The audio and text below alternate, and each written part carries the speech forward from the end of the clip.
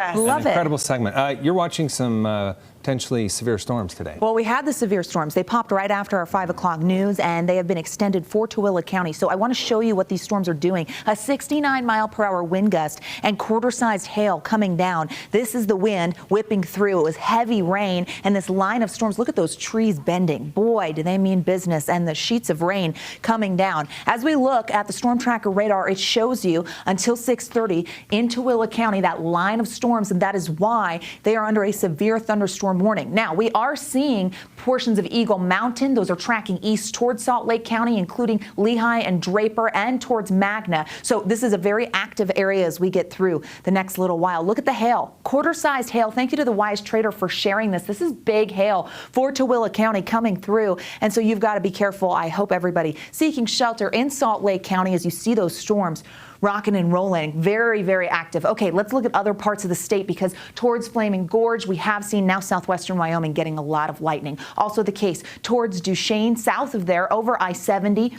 We know these storms have been putting down a punch. They're Castleton Rock dealing with some storms. Okay, as we look towards Delta, we see this on the move. Now, Miller County had a severe thunderstorm warning earlier in the evening. Now it's Tooele County, a portion of Salt Lake County saw it, and these storms are on the move, and as a result, it means we're going to stay active. West Jordan, Harriman, Eagle Mountain, Lehigh, this is all coming in this direction, tracking east to northeast, so active conditions are going to hold on. Futurecast walks us through when we get a break, okay? So this is an important tool. You see all of that storm activity moving along the Wasatch Front between 8 and by ABC4 News at 10. That swath of moisture has pushed to the Wasatch back and to southwestern Wyoming. Nephi stays active, a little bit of isolated activity in the West Desert, but this is the core of it impacting us now, and for about the next 2 hours, we're going to see those storms. Cloud cover holds on by midnight. We lose daytime heating and things will quiet down, but the chance of storms does not go away into tomorrow.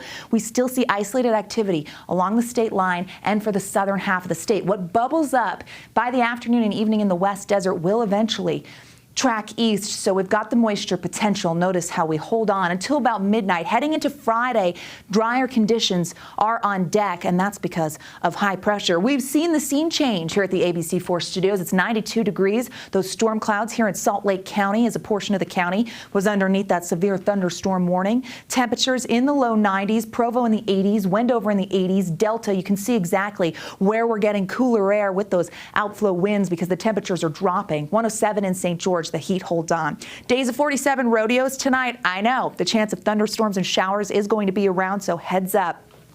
As we step back and look at the upper level futurecast, this is the area of high pressure that broke records last weekend. This is the disturbance that's going to move on through. As we head towards Friday and into our holiday weekend, that high pressure drives the weather story in the Beehive State yet again. We're going to welcome back triple digits in northern and southern Utah, so the heat's on for Pioneer Day.